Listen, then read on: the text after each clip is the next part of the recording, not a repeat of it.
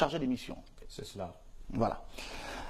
Alors, Monsieur Moubamba, je commence avec vous, comme je l'ai fait avec d'autres candidats. Pourriez-vous nous parler un peu de votre projet de société? C'est celui le même que 2009? D'abord, je vous remercie pour cette invitation. Je tiens à le signaler, nous sommes sur le service public, un média financé par l'argent public et qui mérite donc de recevoir toutes les sensibilités du microcosme politique. Et je voudrais également dire que je suis fier de débattre avec mon jeune frère Moubassango, monsieur Moubassango, chargé de mission du président candidat. Je crois qu'il est plus jeune que moi. Et le sens de mon engagement, c'est de conduire vers un Gabon d'après toute une génération, pas seulement ceux qui sont plus âgés que moi, mais ceux qui sont plus jeunes que moi, et il en fait partie. J'appelle cela le Gabon d'après. Je me bats depuis des années pour que nous ayons un nouveau pays, un nouveau système, et que tous ces jeunes qui ont 20 ans, 30 ans, 40 ans, moi-même j'en ai 49, je suis né en 1967, c'est-à-dire la même année que la prise du pouvoir de M. Albert Bernard Bongo. Autant dire que la Providence a fabriqué un antidote la même année que l'apparition du système qui a remplacé celui du président Léon Bas. Quant à votre question, mon programme de société se résume en 3 choses. Le Gabon d'après doit reposer sur 3 piliers. D'abord, une réforme en profondeur de la Constitution. Nous avons besoin de rééquilibrer les pouvoirs entre l'exécutif, le législatif et le judiciaire. Nous sommes dans un pays où l'essentiel du pouvoir est concentré sur l'exécutif et les magistrats ne sont pas totalement indépendants, puisque nous les avons vus dans la rue, c'est un symptôme. Nous sommes dans un pays également où, pendant 7 ans, l'Assemblée nationale a été dominée par le parti au pouvoir, le Parti démocratique gabonais, et pourtant on a connu des démissions, non des moindres, notamment celle du président de l'Assemblée nationale, l'ancien président de l'Assemblée nationale, pour ne pas le citer, M. Guidzouba Ndama. Notre pays a donc besoin d'une réforme constitutionnelle afin d'orienter, d'équilibrer autant pour moi le pouvoir, ou de le rééquilibrer entre l'exécutif, le législatif et le judiciaire. Et puis, le Gabon d'après, c'est aussi une réforme économique profonde, celle de l'inscription dans la Charte des droits fondamentaux ou dans la Constitution du principe de l'enrichissement des populations. Nous sommes dans un pays où il y a trop de pauvres, trop de chômeurs, et cela doit cesser. Il faut acter dans la loi fondamentale et aussi dans la Charte des droits fondamentaux le principe de l'enrichissement des populations. Il n'est pas normal que dans un pays comme le nôtre, 2 tiers des populations vivent sous le seuil de pauvreté, alors qu'on connaît la richesse du Gabon. Et enfin, j'en ai fini, il faut une réforme sociale profonde. Je crois qu'il y a eu des initiatives intéressantes du pouvoir actuel en matière sociale, mais cela s'est terminé sur une proclamation, souvent de bonnes intentions. Il y a eu l'ACNAM-GS, c'est vrai, mais je discutais hier avec des handicapés qui sont venus me voir à Bellevue, au Stade de la Nation, où j'ai mon quartier général. Les handicapés me disaient que l'ACNAM-GS ne leur est pas profitable aujourd'hui. Parce qu'ils ont des cartes, mais lorsqu'ils vont dans les pharmacies, lorsqu'ils essaient de bénéficier réellement de la CNAM-GS, on va y revenir, Monsieur le Président. Nous en sommes encore dans le cadre des questions préjudicielles. J'allais vous poser 1 ou 2 petites questions préjudicielles. On aura compris un peu l'aspect synthétique de votre société, de votre projet de société. On pourra revenir tout au long du débat. Alors, l'autre petite question préjudicielle, c'est l'UPG. Tout à l'heure, je l'ai dit à l'entame de l'émission, vous représentez l'une des factions de ce parti. Alors, il y a, comment dire, M. Moumanzingi qui est à la tête d'une branche qui soutient le candidat Ali Bongo Ndimba. Il y a M. Moukani Wangou qui est du côté de l'opposition, mais je ne sais pas de laquelle opposition est-ce qu'il vous soutient. Et vous-même, comment pouvez-vous donner une petite clarification un peu de la situation de l'UPG aujourd'hui par rapport au positionnement qui est le vôtre? Premièrement, après avoir été un des fondateurs de l'Union nationale, après avoir été notamment le numéro 2 du gouvernement alternatif du défunt André Mbaobam, j'ai choisi de rejoindre l'Union du peuple gabonais pour des raisons idéologiques, bien que j'assume encore aujourd'hui que le défunt André Mbaobam est mon véritable créateur politique. C'est lui qui m'a mis en orbite politiquement et qui m'a formé quelque part. Je suis arrivé à l'Union du peuple gabonais en 2011, après la mort de feu le président Pierre Mamboundou, parce que c'était mon devoir. Et bien sûr, j'ai trouvé un parti en crise, divisé entre deux factions, animé par M. Mathieu Mbouba Diengui, ministre de l'Agriculture, et une autre faction animée par M. Jean de Dieu Moukani Ouangou, juriste de son État. Pour ma part, je me suis immédiatement mis au service de ce qu'on appelle aujourd'hui le peuple de l'UPG, c'est-à-dire les orphelins de M. Le président défunt Pierre Mamboundou. Il se trouve que ce peuple de l'UPG, ses militants, ses fédérations se sont massivement rangés derrière moi jusqu'à aujourd'hui. Eh bien, il n'en demeure pas moins que les hiérarques du parti ont choisi, quelques-uns ont choisi de soutenir M. Ali Bongo. C'est leur droit. L'histoire jugera. Je n'ai pas à commenter les choix de l'actuel ministre de l'Agriculture. Je n'ai pas non plus à commenter l'actualité du très estimable juriste, M. Jean de Dieu Moukani Ouangou. Pour ma part, moi, je suis au service des militants de l'Union du peuple gabonais, du peuple de l'UPG, qui avait besoin d'un leader. J'ai été élu conseiller municipal à Ndende, qui est mon fief politique. Dans cette perspective, je défends le peuple de l'UPG et j'ai aussi l'ambition de défendre les orphelins de M. André Mbaobam, dont j'ai été un des adjoints à l'Union nationale. Donc, d'un mot, je dis que l'histoire jugera. Moi, je suis avec le peuple de l'UPG et je suis le seul candidat UPGiste à cette élection. Qu'est-ce qui se serait passé de l'œuvre politique de M. Pierre Mamboundou si je ne m'étais pas présenté? D'accord.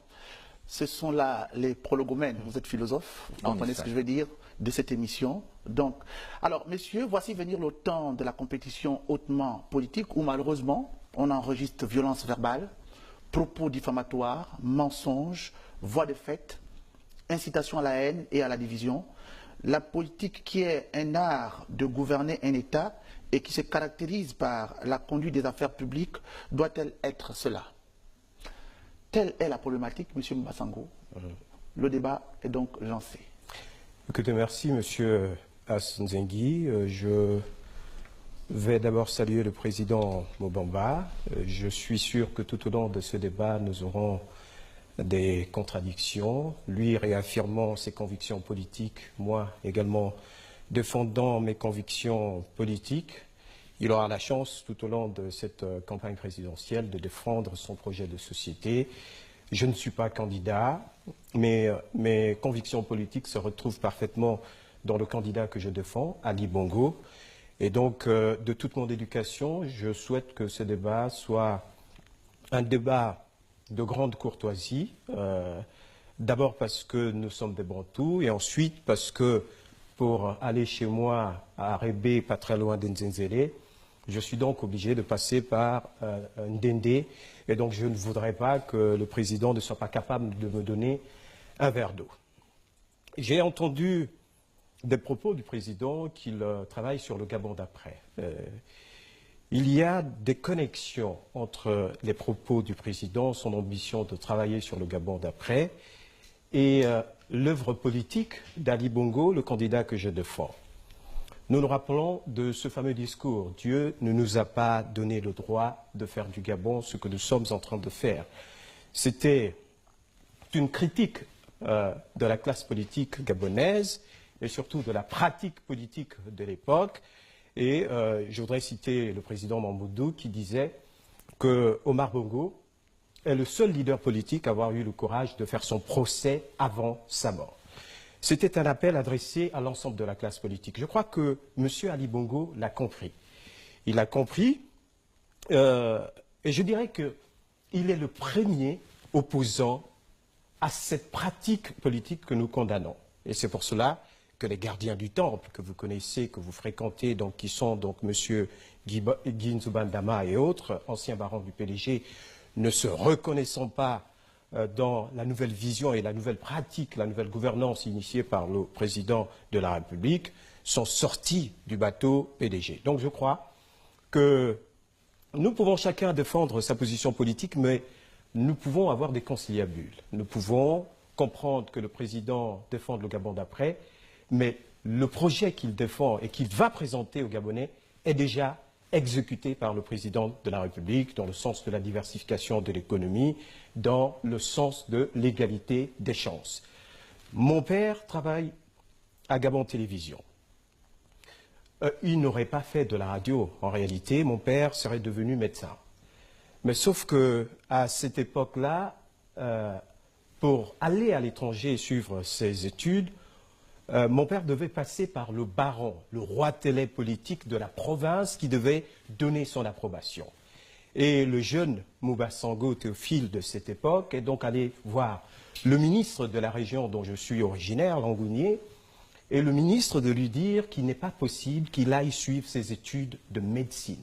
Mon père est rentré dans une déprime d'1 an et ensuite il s'est résolu à faire autre chose, faire de la radio, et je suis fier, comme certainement certains de ses collègues, d'avoir le père que j'ai eu.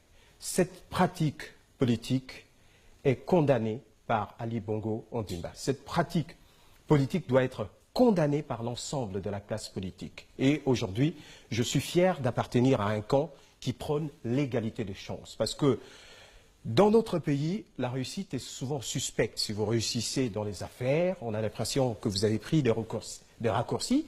Et donc l'ambition du président de la République, c'est de mettre sur le même départ l'ensemble des Gabonais et des Gabonaises pour que chacun soit récompensé à travers son effort, à travers sa performance, pour que la réussite des Gabonais et des Gabonaises ne soit plus suspecte. Voilà. Votre réaction, Monsieur le Président? Monsieur Mouba Sango, je comprends que vous défendiez votre candidat, le président candidat, et vous en avez le droit. Mais je voudrais quand même apporter quelques précisions qui pourraient peut-être vous aider à y voir un peu plus clair. Vous avez parlé des Bantous, de la culture bantoue. Moi, je vous le dis très clairement, les yeux dans les yeux. Bien sûr. Je vous regarde aussi. Le jour où je serai président de ce pays, je créerai immédiatement un collège des experts de la nation qui sera composé essentiellement des anciens, ceux qui ont servi cette nation comme ils ont pu le faire, mais je ne les écarterai jamais. Il y a dans ce pays des grandes valeurs ajoutées, même si elles ont 70 ans, 80 ans. Je pense au M. Chambrier, M. Paul Malécou et bien d'autres. On ne peut pas, en zone bantoue, écarter totalement les anciens. Je suggère, avant, peut-être que je serai le président, le prochain président, si Dieu le veut. Mais le jour où cela arrivera, moi, je créerai le collège des experts de la nation et je n'organiserai pas une guerre entre les générations. Écoutez, Monsieur Mobamba, je vous arrête tout de suite, parce que le président que je connais, peut-être que vous avez une interprétation, parce que vous êtes de l'extérieur, c'est-à-dire que vous jugez Ali Bongo sur ce que vous voyez à la télévision, sur ces différentes déclarations, ou peut-être sur ce qui est dit sur les réseaux sociaux. Non, pas forcément lui, sans vous couper, mais il y a des jeunes collaborateurs autour de lui, et non des moindres, qui ont eu des propos, par exemple dans le Haut-Ogooué, vous voyez de qui je parle, des propos un peu durs envers des anciens. Vous savez bien que je ne suis pas d'accord. Non, mais il faut citer des noms, mais je ne veux pas réagir. M. Ali Akbar Onanga a traité une génération vieillissante avec des propos un peu trop durs. Vous savez que moi, j'ai critiqué les sorciers politiques, vous le savez bien. Bien sûr. Eh bien, cela ne m'empêche pas aujourd'hui, comme vous l'avez signalé, de mettre un peu d'eau dans mon vin aujourd'hui, à savoir le respect des anciens, quel que soit ce qu'on leur reproche. Pourquoi ? Parce qu'il y va même de l'identité gabonaise. Il faut toujours écouter les anciens, quel que soit ce qu'on leur reproche. Je vous remercie, M. Mobamba. Cela va me permettre de rebondir. La première chose, c'est qu'il n'y a pas de guerre générationnelle. En Afrique, nous sommes élevés dans une maison et nous n'avons pas la culture de la maison de retraite. Donc, les grands qui peuvent continuer à servir notre pays sont utilisés par le président de la République. Ce sont des grands qui sont à la présidence de la République, qui sont dans différents conseils, donc il n'y a pas de guerre entre les nouvelles générations et les anciennes générations. Il faut que ce soit clair pour moi, pour vous et pour l'ensemble des Gabonais. Maintenant, je vais revenir sur les propos du secrétaire général, puisque c'est de lui que vous parlez. En réalité, quand le secrétaire général, M. Ali Akbar, très respectueux des cultures, des valeurs de notre pays, vous savez, dans le Haut-Ogooué, il y a une forte présence de la culture. Lorsqu'il dit qu'on ne fait pas du neuf avec du vieux, il ne s'agit pas des hommes. Il s'agit, M. Moubamba, de la pratique politique. La pratique politique actuelle, la gouvernance politique qui doit être la lisibilité de la dépense publique, la visibilité construite autour du capital humain, autour de la bonne gouvernance, ne permet pas qu'on puisse mélanger cela avec les anciennes pratiques que je condamne et que vous condamnez. Donc, je veux, pour l'ensemble des Gabonais, que ce soit bien clair. Lorsque le secrétaire général du gouvernement a dit qu'on ne fait pas du neuf avec du vieux, il ne s'agissait pas pour lui d'exclure les anciens, ce serait une erreur politique, parce que les anciens votent, ils sont enrôlés, les anciens ont un savoir, ils ont une expérience et une expertise. Il s'agissait de dire que dans un monde émergent, dans un monde de la compétition, on ne peut pas continuer à traîner la pratique politique qui n'a pas seulement été condamnée par Ali Bongo, mais d'abord par Omar Bongo. Alors justement, à propos de ce procès, cet auto-procès du 1er décembre 2007, organisé par feu le président Omar Bongo lui-même contre son propre régime, le discours du 1er décembre 2007, où il dit en effet que Dieu ne nous a pas donné le droit de faire du Gabon ce que nous sommes en train de faire. Je voudrais que vous m'éclairiez, que vous éclairiez l'opinion gabonaise sur les raisons pour lesquelles le président candidat Ali Bongo a accepté d'assumer un système politico-économique qui ne marche plus, qui est épuisé. Il a dit « laissez-nous avancer » plusieurs fois, alors même que la voiture n'avance plus, le moteur est fatigué, le kilométrage est épuisé. Pourquoi a-t-il assumé un système qui a été l'objet d'un procès organisé par M. le président Omar Bongo Ondimba? Pourquoi n'a-t-il pas fait un saut qualitatif au lieu d'assumer un système qui provoque aujourd'hui du chômage, 15 000 chômeurs à Port-Gentil, qui provoque des fermetures d'entreprises un peu par-ci, par-là, à cause, dit-on, de la crise économique, mais aussi à cause du management un peu périlleux du pays. Moi, je voudrais que vous nous éclairiez à ce sujet. Écoutez, je veux le faire. La première chose que je note, ce que vous connaissez très bien, et vous les répétez, tous les axes de développement politique du président de la République. Je dois vous dire, Monsieur Bruno Ben Moubamba, Monsieur le Président, que le président de la République, le candidat Ali Bongo, n'assume pas le régime. Si vous voulez le condamner parce qu'il porte le nom Bongo, ce ne serait pas une condamnation digne. Mais en réalité, lorsque vous faites une lecture de ce qui se passe à l'intérieur, et j'en parle parce que je le vis et je suis votre petit frère, je suis capable de vous donner les informations nécessaires qui vous permettront plus tard de rebondir. Vous avez remarqué qu'il y a des démissions à l'intérieur du parti. Exactement. Le Parti démocratique n'a pas, de façon systématique, changé d'idéologie pour que les hommes et les femmes ne puissent plus se reconnaître et démissionnent. Pourquoi les gens démissionnent? Simplement parce que les gens sont maintenant mis dans un couloir où ils n'ont plus de marge de manœuvre pour organiser tout le système de corruption, les privilèges indus. Les gens ont grandi et vieilli avec de nombreux avantages. Je parle de quelqu'un que vous connaissez très bien, M. Guins Bandama, président de l'Assemblée nationale pendant 19 ans, avec des budgets colossaux, avec une pratique politique dès l'époque, d'un déplacement dans les localités.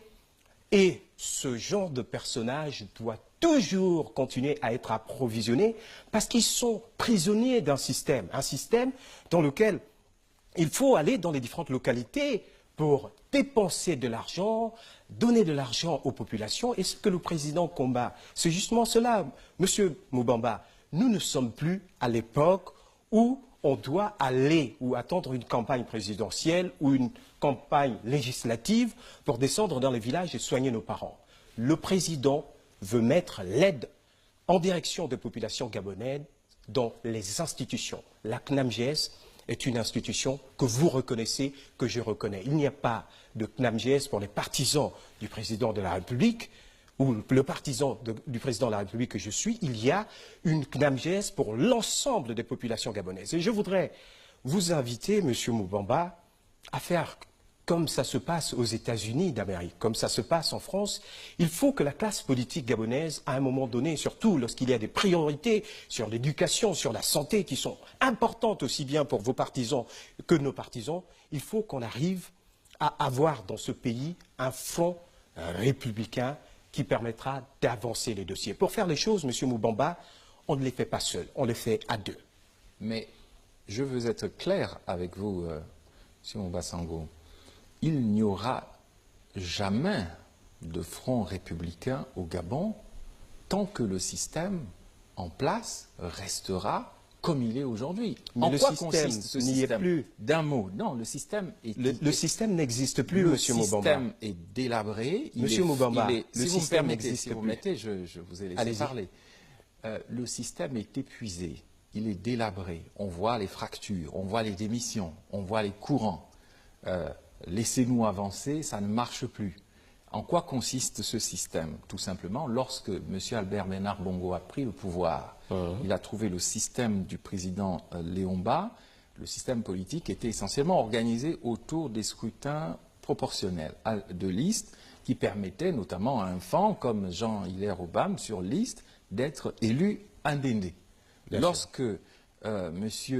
Albert Bénard Bongo prend le pouvoir, il invente un nouveau système plus pyramidal, ce qu'on a appelé la géopolitique, c'est-à-dire, pardonnez-moi l'expression, mais c'est comme cela que je vois les choses, un despote à tous les étages de la pyramide. Chaque despote, mini-despote, dans chaque territoire... Certains sont dans votre camp. Hein. Oui, si vous voulez. Certains sont... Mais vous pouvez les nommer en même temps. Je ne suis pas l'avocat d'un tel et je ne suis pas non plus le procureur d'un tel autre. Ce que je veux dire, c'est que le système qui a été créé en 1967 ne marche plus. Ce système fait de géopolitique, de contrôle de population à l'intérieur du pays sur la base ethnique. Ce système est épuisé. Aujourd'hui... Permettez-moi de obligé de vous arrêter, monsieur. Permettez-moi de terminer, vous pourrez préciser après. Allez-y. Ce qui est étonnant, c'est que monsieur Ali Bongo, pour ne pas le nommer, même s'il dit que ce système n'existe plus, mais le système est toujours en place. Ce sont les démissions des hiérarques du PDG qui démontrent à souhait à l'opinion que rien ne va plus.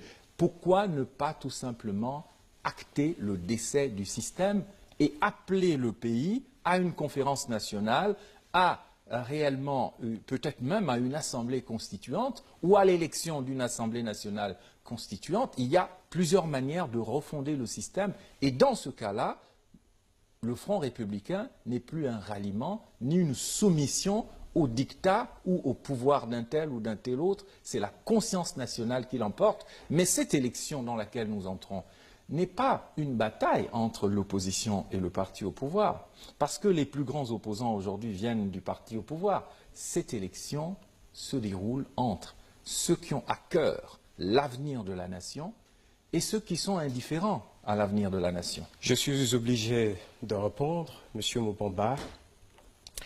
Je pense que le constat que vous venez de faire a déjà été fait par l'ensemble de la classe politique. Nous ne sommes pas ici pour redistribuer les responsabilités. Il y a des responsabilités dans votre camp politique. J'entends par là l'opposition gabonaise, des anciens hiérarques. Accordez-moi juste une minute. Je voudrais quand même préciser quand vous dites votre camp politique. Attention, Bruno Ben Moubamba n'a jamais été pédégiste. Je ne suis pas lié au système. Non, je parle de l'opposition. Je suis dans l'opposition, mais je n'assume pas le passé et le passif de l'opposition. Je n'ai jamais dirigé, je n'ai jamais détourné l'argent d'un ministère, je n'ai jamais commis de crime rituel je suis neuf, je suis neutre, j'ai les mains propres, je suis dans l'opposition, mais je n'assume pas le passé et le passif des opposants ou des acteurs au pouvoir. Merci, M. Mobamba. Je sais que vous revendiquez toujours le fait d'être un homme neuf. Mais effectivement, un homme neuf a des fréquentations. Vous avez des fréquentations avec des hommes qui sont les responsables de ce que vous dénoncez aujourd'hui. Et cela envoie à la jeunesse gabonaise, à laquelle vous vous adressez souvent à travers votre Facebook ou dans les différentes émissions, un message éparse. Nous ne sommes plus capables de vous retrouver. Nous ne sommes plus capables de nous dire que vous êtes un homme neuf parce que nous savons que vos amis politiques, et je sais aussi, pour le lire sur les différents réseaux sociaux, que vous êtes en pleine négociation avec un certain nombre de barons politiques qui ont démissionné et qui se retrouvent aujourd'hui dans l'opposition. Donc vous êtes un homme neuf englué autour des hommes qui sont comptables du passé et du passif de notre pays. Maintenant, je voudrais revenir, M. Mobamba. Vous le voyez de l'extérieur, mais moi qui le vis, peut-être, je sais qu'il y a eu un décès clinique du système que vous dénoncez. Et je suis juste étonné, parce que je vous ai regardé en 2009, vous avez exactement eu les mêmes phrases, exactement eu le même combat. Mais sauf que les événements ont changé, M. Mobamba. Les événements ont changé, nous ne dépendons plus exclusivement du pétrole, nous avons diversifié notre économie, nous avons mis en place une transformation du bois qui peut profiter à mes neveux, donc vos enfants, qui peut profiter aux populations de Ndendé. Nous avons initié le projet Graines qui est très implanté dans la ville de Ndendé. Donc les choses ont changé et de façon progressive, il faudrait que les acteurs politiques, et vous n'êtes pas épargnés, puissent justement s'approprier les nouvelles valeurs, avoir de nouvelles phrases, une nouvelle rhétorique qui colle avec la situation. Ali Bongo ne s'est jamais reconnu du système. Vous savez, vous connaissez l'histoire, vous êtes un grand frère, vous savez les mouvements à l'intérieur du PDG, les rénovateurs. Ali Bongo a toujours été un opposant au système. Aujourd'hui, simplement qu'on ne peut plus s'accommoder de la politisation de tout. Nous avons vécu dans un pays qui, de 1990 à 2009, était un pays du consensus politique et de la politisation de tout. Et je soupçonne d'ailleurs que certains accords, les accords de Paris qui, dans sa partie de la préservation de la paix, sont de beaux accords, je soupçonne qu'il y a eu, à côté de cette partie émergée de l'iceberg, d'autres accords qui faisaient que, même si vous étiez à l'opposition ou à la majorité, vous continuiez à recevoir des mannes d'argent qui sont en fait l'argent qui doit être injecté pour développer notre pays. Donc, je le réaffirme et je le dis très en face de vous, le système que vous dénoncez a été ou est aujourd'hui mort cliniquement, et celui qui a organisé la mise à mort de cette pratique politique condamnable s'appelle Ali Bongo Ondimba. Donc pour terminer, veuillez me permettre d'y répondre. Juste un mot. Ceci ne doit pas être un monologue. Non, ce n'est pas un monologue. Ne me soupçonnez pas d'organiser un monologue. Je sais que nous allons échanger dans la courtoisie. Et c'est pour cela que nous voulons mettre en place le changeons ensemble. L'égalité de chance, pour que je puisse vous résumer ce projet politique, c'est la capacité du président de la République, donc du président candidat, Ali Bongo, d'organiser un départ commun pour l'ensemble des Gabonais dans plusieurs domaines. Le domaine de l'éducation et de la formation, le domaine de la santé, le domaine de l'emploi le domaine des droits des femmes. Vous savez que à votre époque, M. Mobamba, la femme gabonaise était spoliée automatiquement quand elle perdait son mari. Aujourd'hui, ce n'est plus le cas parce que nous avons mis un dispositif qui permet de rassurer et de protéger la femme gabonaise. Monsieur le Président, vous allez répondre, hein? Vous allez avoir votre temps de parole. Je vous écoute, oui. Voilà, je voulais effectivement qu'on embraye un peu sur le thème du jour. Je l'ai dit, c'est un thème prétexte, hein?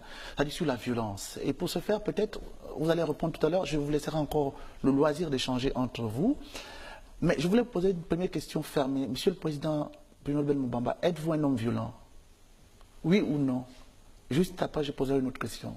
Bien sûr que non. Bruno Ben Moubamba est un chrétien, un humaniste, un humanitaire même, un philosophe. Je suis quand même docteur en philosophie, docteur en sciences sociales. Et journaliste et communicateur. Journaliste, communicateur, chrétien.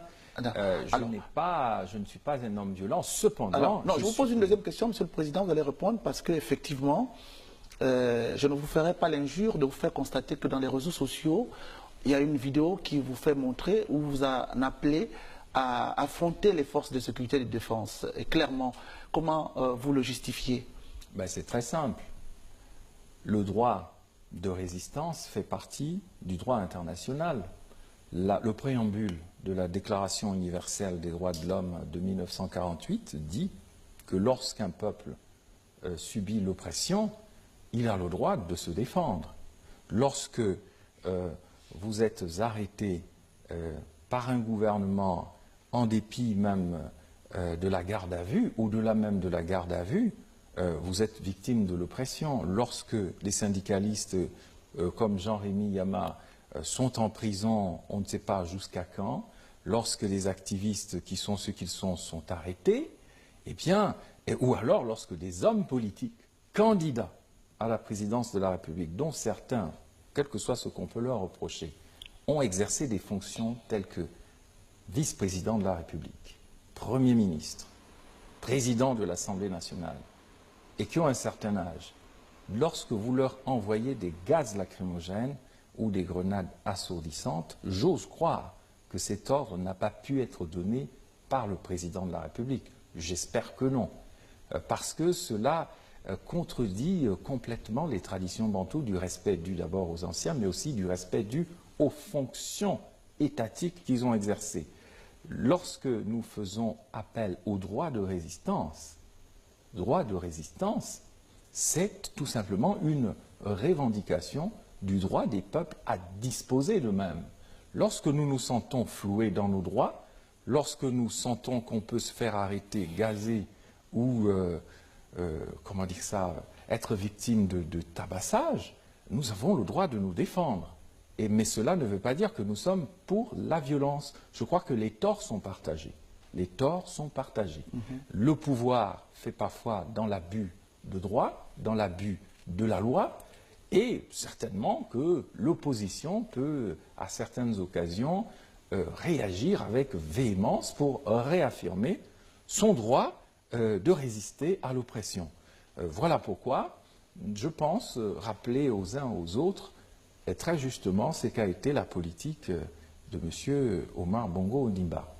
Il avait ses défauts, mais lui au moins avait compris qu'on ne pouvait pas construire ce pays en opposant les uns aux autres. Qui oppose les uns et les autres finalement? Eh bien, je pense qu'aujourd'hui, il y a, pardonnez-moi l'expression, il y a une forme d'immaturité politique de la part d'un certain nombre d'acteurs qui entourent le président de la République actuelle et qui font en sorte qu'il y a des dérives verbales. Par exemple, lors de conférences de presse, on entend parler de termes comme voyou, des termes qui sont déjà violents. Lorsqu'on exerce, on a une parcelle de l'autorité de l'État, on ne peut pas utiliser un certain nombre de termes violents. Cela pousse à la radicalisation des adversaires. Moi-même qui vous parle, et je l'ai entendu sur votre plateau, pour avoir tenu une assemblée générale à Ndéndé, il y a quelques semaines, un ministre d'État a laissé son garde du corps dégainer une arme à feu et tirer en l'air. Que voulez-vous que nous fassions? Que nous nous mettions à fuir? Non, nous avons le droit d'affirmer une certaine volonté de résister. Occasion ici d'appeler à une forme de désescalade. On ne doit pas demander la désescalade seulement à l'opposition. Mais ceux qui sont au pouvoir ont plus de responsabilités. Pourquoi? Parce qu'ils ont l'autorité de l'État, parce qu'ils ont la force. Et c'est celui qui a la force qui doit comprendre que la puissance ne suffit pas. Je répète, la puissance ne suffit pas. Si la puissance suffisait, eh bien les plus grandes puissances arriveraient à s'imposer dans des théâtres extrêmement périlleux de guerre civile où règne le terrorisme. Il s'agit pour le pouvoir de faire preuve de responsabilité. Le jour où je serai président de la République, je ne considérerai pas l'opposant comme une espèce à abattre, une espèce à persécuter. Je respecterai les droits de l'opposition. et je donnerai à l'opposition la faculté de s'exprimer. Et j'écouterai même les propositions de l'opposition. Voilà pourquoi je dis ici, par rapport à votre question, que, je ne suis pas un homme violent, mais je suis un homme de principe. Je me bats pour les principes, pour les valeurs et pour les normes. Je fais partie de gens qui ont pris énormément de risques, notamment une grève de la faim. Vous savez, ce n'est pas facile de dormir 15 jours devant l'Assemblée nationale. Ça demande, ce n'est pas du suicide, c'est une espèce d'amour de la nation, de détermination à vouloir faire quelque chose pacifiquement. Mais je dis que nous ne pouvons pas subir la violence policière sans réagir.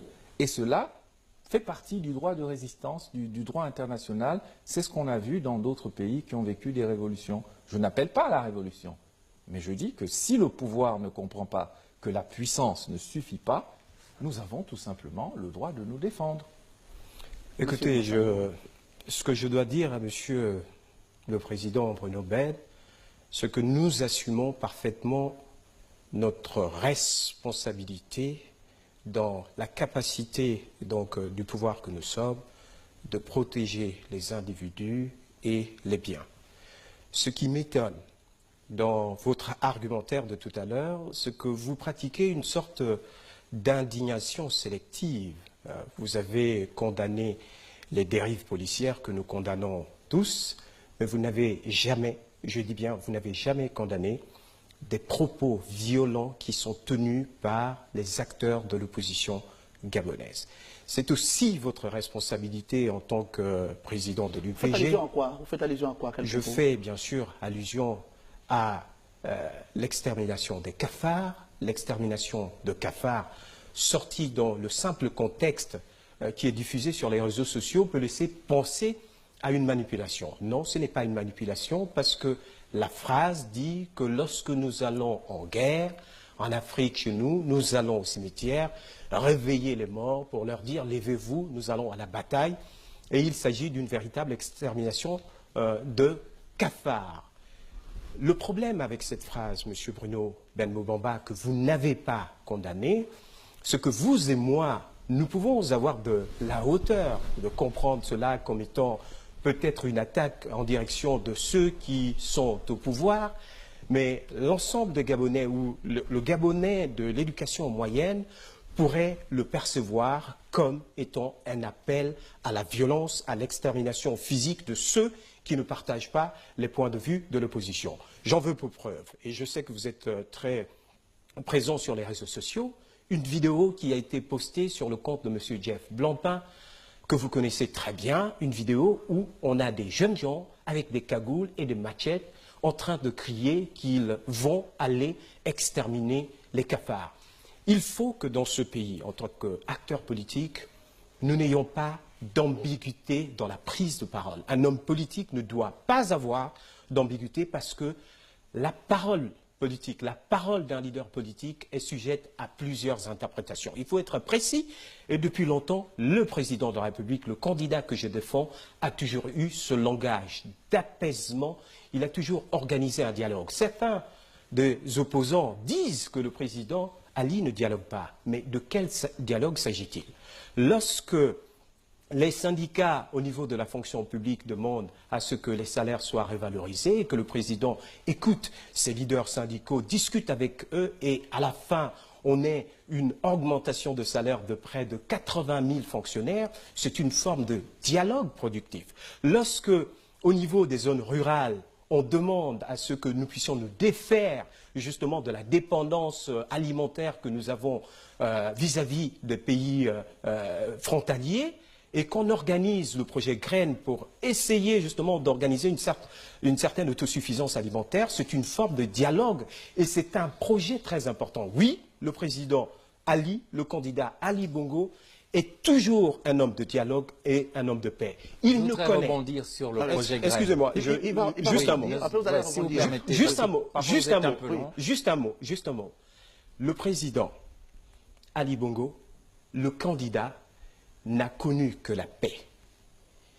Il est né dans la paix, il a grandi dans la paix, son discours politique repose sur la paix et il ne fera que la paix. les engagements sont pris, nous avons la responsabilité de protéger les citoyens et de ne pas plonger notre pays dans une impasse qui pourrait amener à des situations regrettables. Alors, il va rebondir, Monsieur le Président, vous avez la parole.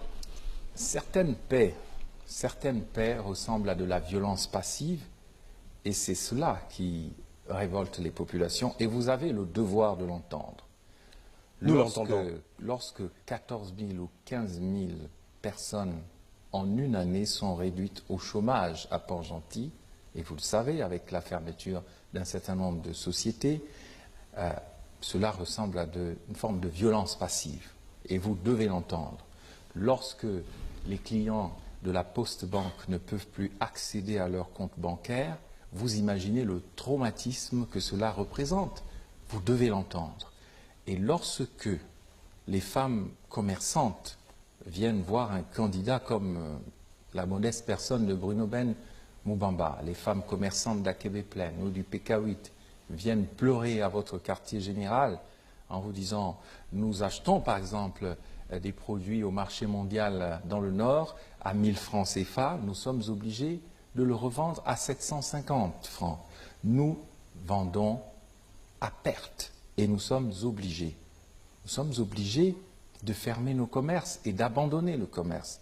Où est le projet Graines? Où est la sécurité alimentaire à laquelle vous faites allusion? Le fait, si vous allez au PK8, au marché du PK8 de Libreville, vous verrez le nombre d'étalages de kiosques qui ont été abandonnés par les femmes commerçantes du Gabon. Donc, le ministère de l'Agriculture ne joue pas son rôle.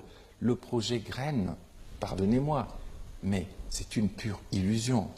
Jusqu'à ce jour, ce n'est pas parce qu'on fait passer des bulldozers et qu'on met du palmier à huile par-ci par-là qu'on assure la sécurité alimentaire. Ce dont il est question, au fond, ce que les Gabonais attendent, c'est une vraie paix.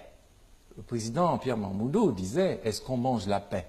On ne mange pas la paix. Nous avons besoin de manger physiquement et réellement dans ce pays. Je vous invite réellement à questionner votre ministre de l'Agriculture. Pourquoi les femmes commerçantes, aujourd'hui, vendent à perte?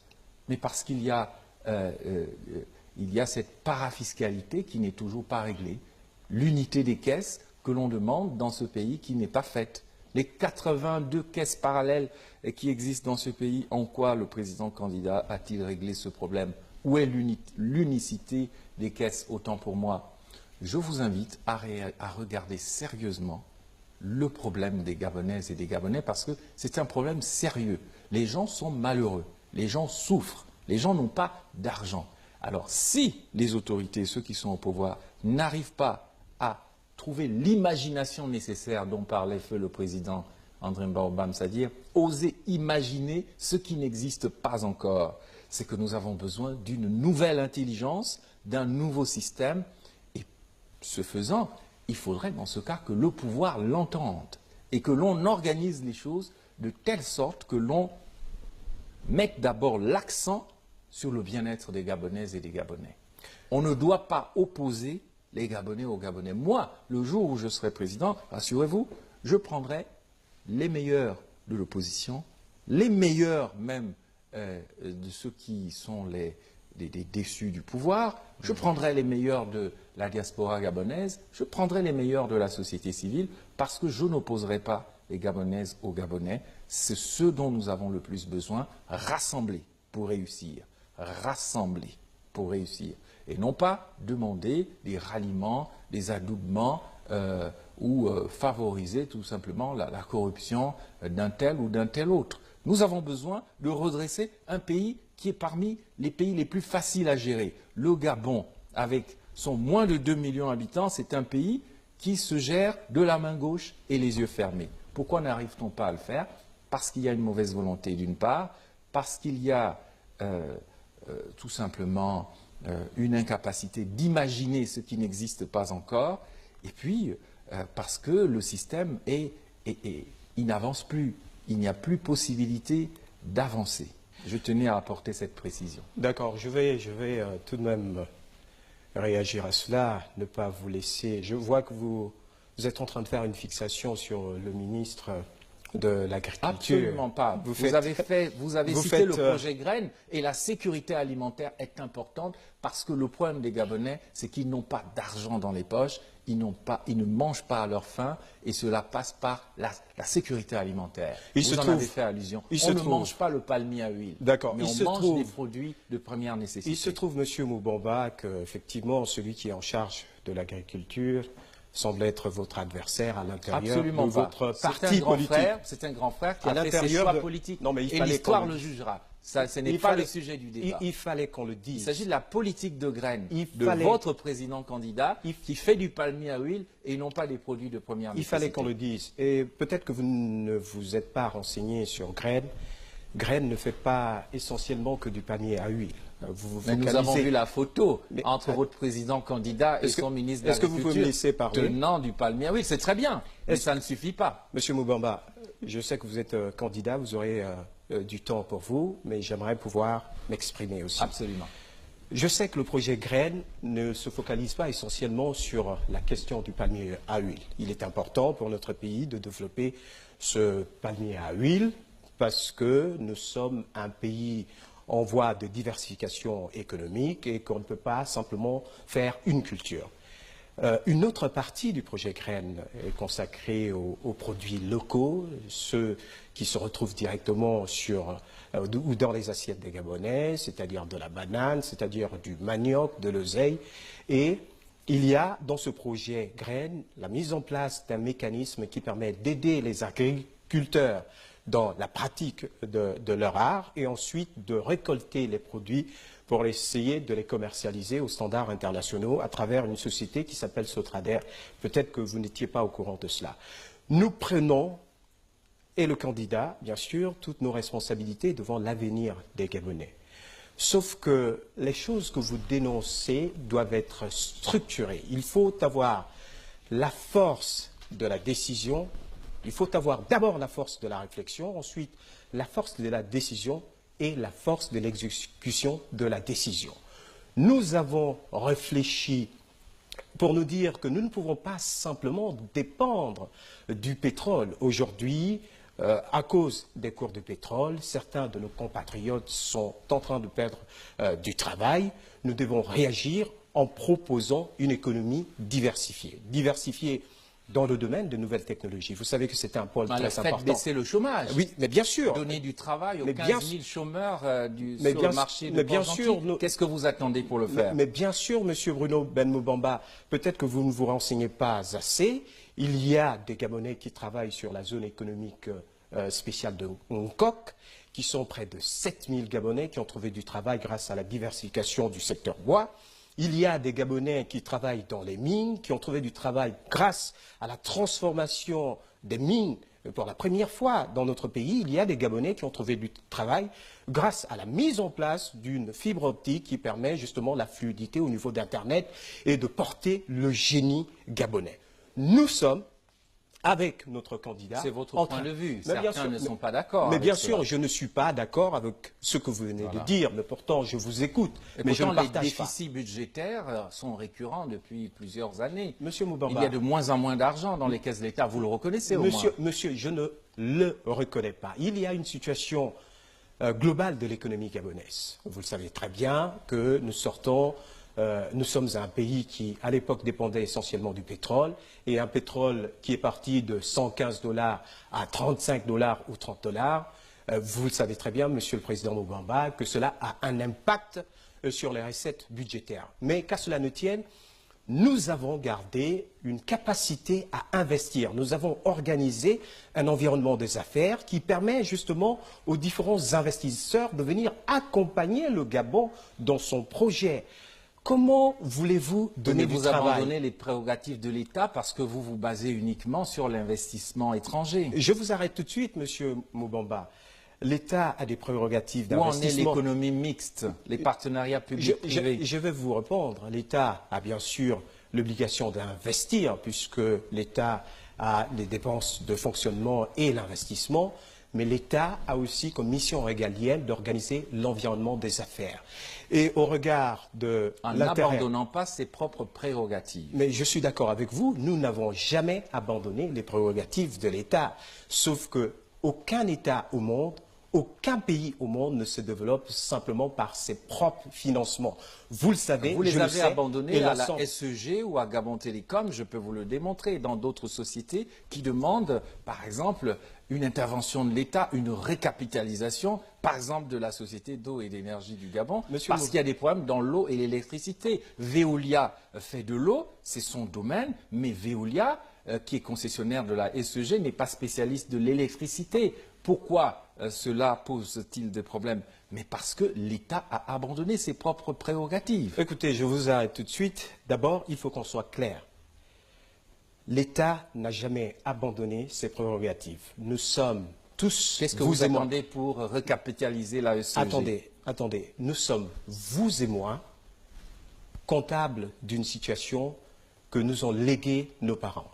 Nos parents, ceux qui sont avec vous dans votre camp politique, et les parents, ceux qui sont dans notre camp politique. Nous devons être capables, il y a des conventions qui sont un héritage. Vous ne pouvez pas juste vous lever un matin, monsieur le président Moubamba, même si vous devenez président, vous lever un matin et dire que, écoutez, cette convention de Veolia, je vais y mettre un terme. Absolument. Ce n'est pas possible. Ce n'est pas du tout ce que nous disons. Ce n'est pas possible. Est-ce que vous pouvez recapitaliser et redonner des prérogatives fortes de l'État à l'intérieur de la société d'eau et d'énergie, parce que Veolia est spécialiste de l'eau, mais pas de l'électricité. Écoutez, et vous savez qu'il y a des problèmes d'approvisionnement d'eau. D'accord. Les Gabonais s'en plaignent. Non, je voudrais juste finir en disant que c'est exactement, nous avons une politique autour de l'eau, monsieur Moubamba.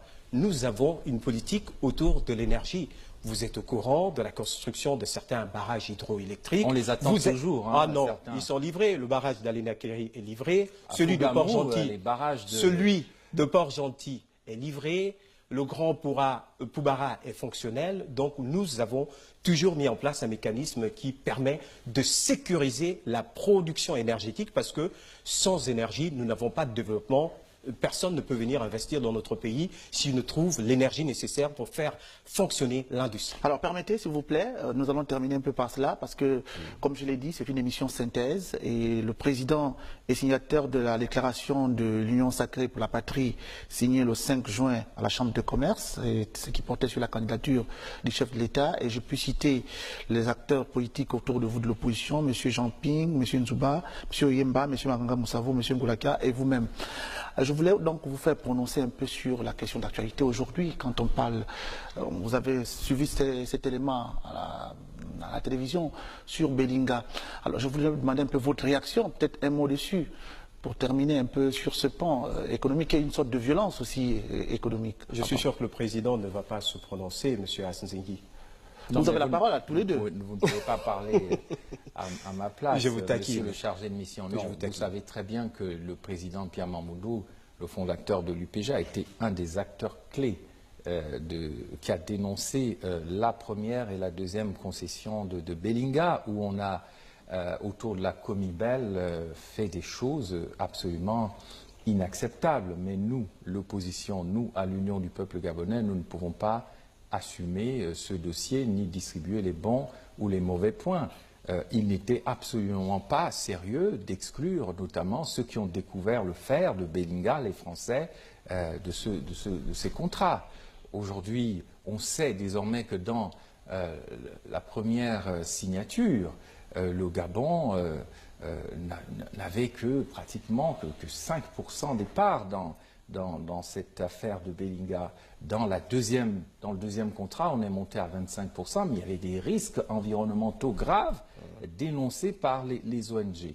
Je n'ai pas plus de commentaires à faire là-dessus. Ce que je sais, c'est que le système que nous combattons a emmené Belinga au bord du précipice. On a failli frôler une catastrophe écologique et on a fait des choix économiques périlleux. Est-ce la faute d'un tel acteur politique de l'opposition? Est-ce la faute d'un tel acteur de la majorité? Ce n'est pas le problème de Bruno Ben Moubamba ou de l'Union du peuple gabonais. Ce que je veux dire, par contre, c'est que le jour où le système changera, le jour où M. Bruno Ben Moubamba ou un autre qui a une nouvelle vision, une nouvelle intelligence, prendra le pouvoir, je pense sincèrement qu'il faudra remettre les pendules en place concernant les contrats, un certain nombre de contrats léonins qui ont été signés à l'emporte-pièce. La question de Belinga est centrale parce qu'il faut protéger toutes les poches d'enrichissement du Gabon et des populations, que ce soit dans le secteur du pétrole, mais aussi du gaz, qui n'est pas aujourd'hui réglé. Nous avons des poches d'enrichissement dans le domaine gazier. Il y a des sociétés comme Perenco qui font du gaz aujourd'hui et qui pourraient enrichir encore plus l'État gabonais, mais ce secteur appelle une intervention de la loi qui soit extrêmement précise et parfois contraignante. Il en est de même pour le fer. On ne peut pas spolier le Gabon de ses richesses pour distribuer les revenus de ces richesses à l'emporte-pièce. D'accord. Belinga. Je voudrais dire, à la suite du président Moubamba, que je vois bien que le président ne s'est pas prononcé sur la question. C'est une question, une nébuleuse, c'est un scandale.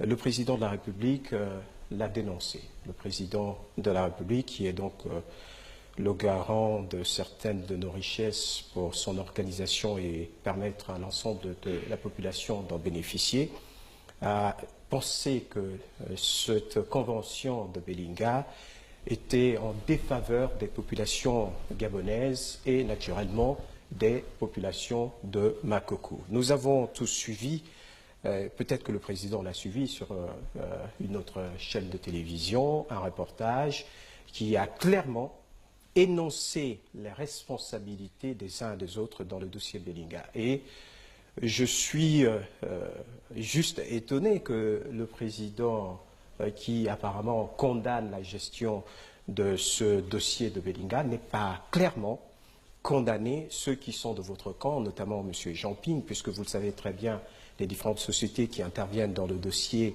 ont été amenées par son fils et qu'il y a eu au niveau des comptes des sociétés Ping et Ping, Franck Ping et M. Ping, des mouvements financiers qui sont tout à fait troublants, qui sont liés à des rétrocommissions qui ont été touchées.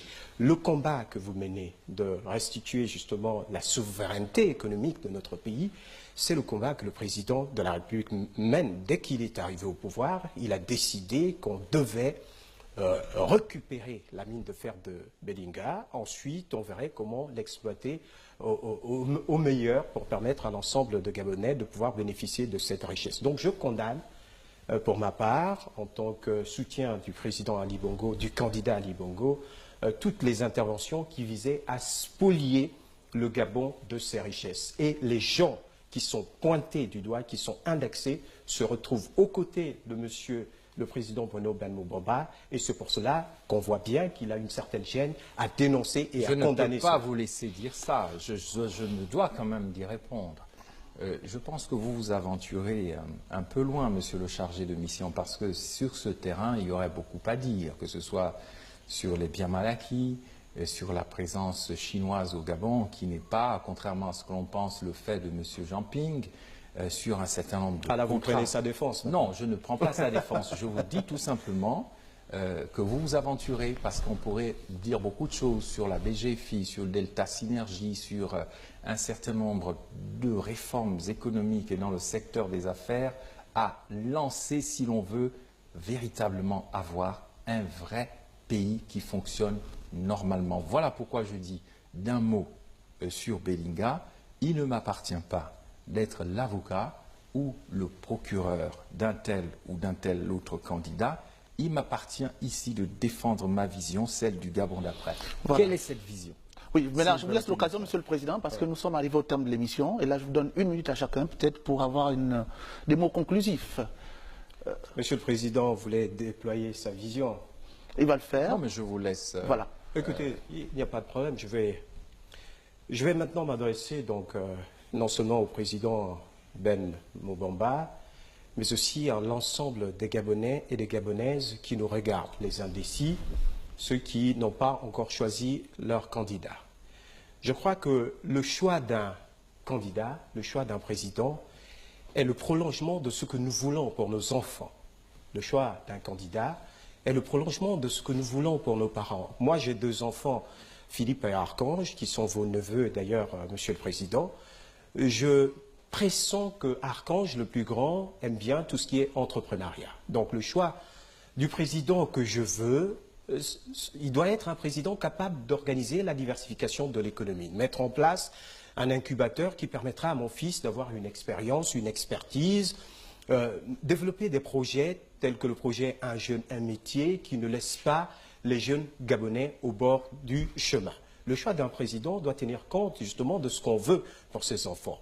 Votre deuxième neveu, Philippe, il me semble-t-il qu'il a une certaine facilité dans les nouvelles technologies. Donc, je voudrais choisir un président qui organise les infrastructures de télécommunications afin qu'il puisse porter justement la créativité de mes 2 enfants. Le choix d'un président, Monsieur le Président Ben Mobamba, c'est aussi ce que l'on veut pour ses parents. Mes parents sont d'un certain âge, 60, 65 ans, et donc naturellement, ils sont un peu vulnérables. Le président qui permettra de garantir des soins de santé médicaux à mes parents, c'est celui que je voterai, celui pour qui je voterai.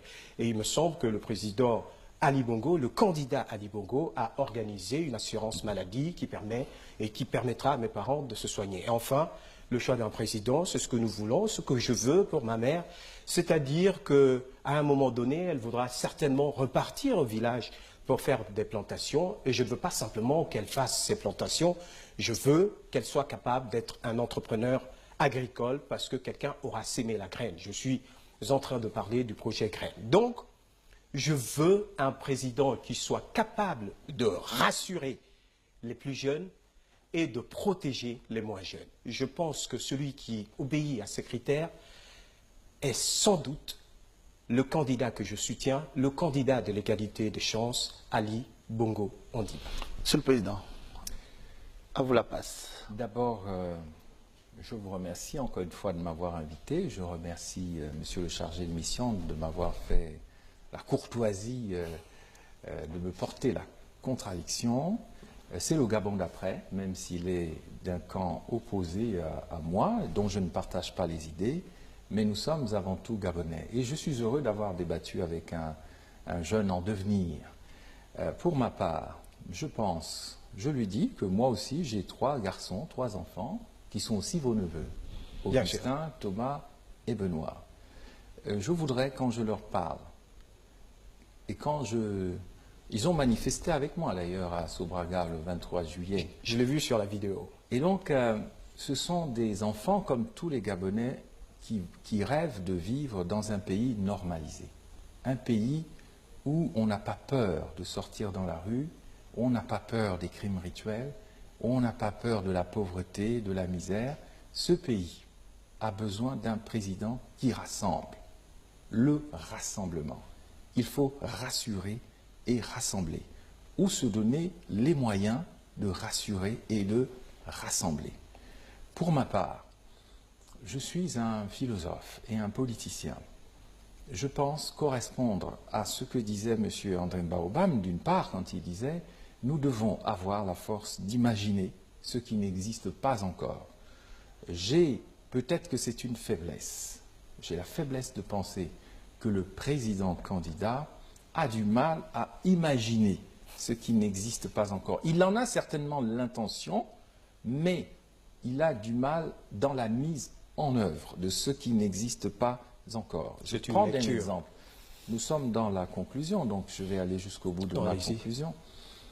Par exemple, ce qui me préoccupe le plus, le jour où je serai président, une des réformes fondamentales, ce sera de revoir la loi 1596 qui porte sur la décentralisation et qui fait référence indirectement à la déconcentration des services de l'État. Nous avons besoin de développer des territoires intégrés au Gabon. Tout ne peut pas être concentré à Libreville, qui draine pratiquement plus de la moitié de la population avec tous les problèmes de circulation, d'embouteillage, tous les problèmes fonciers. Nous avons besoin de développer quasiment en même temps tous les territoires. Je vous donne 30 secondes pour conclure. En conclusion, oui. Je dirais que Moi, j'ai eu la chance au cours de cette élection d'hériter du bulletin rouge de Pierre Mamboundou Mamboundou, le fondateur de l'UPG. Je demande aux Gabonaises et aux Gabonais de choisir à nouveau. Vous aurez toute une émission entière à l'initiative du CNC. Donc, là, c'était un débat des programmes. J'espère que les Gabonaises et les Gabonais pourront, pour ceux qui le souhaitent, porter quelques suffrages sur ma modeste personne, au moins pour donner une chance au Gabon d'après. Nous ne pouvons plus vivre dans un système qui a besoin d'être démantelé pour créer un nouveau système. J'appelle le président de la République à libérer, en signe de bonne volonté avant le scrutin, tous ceux qui ont été arrêtés, quel que soit le motif. Parce que nous avons besoin que le scrutin se passe dans les meilleures conditions. Donc, monsieur le chargé de mission, merci de dire à votre président candidat qu'il serait de bon aloi de mettre un peu d'eau dans son vin, même si... il a toujours fait. Voilà, il faut libérer les personnes qui ont été arrêtées. Cela toujours fait. Fera baisser, et c'est le sujet de votre émission.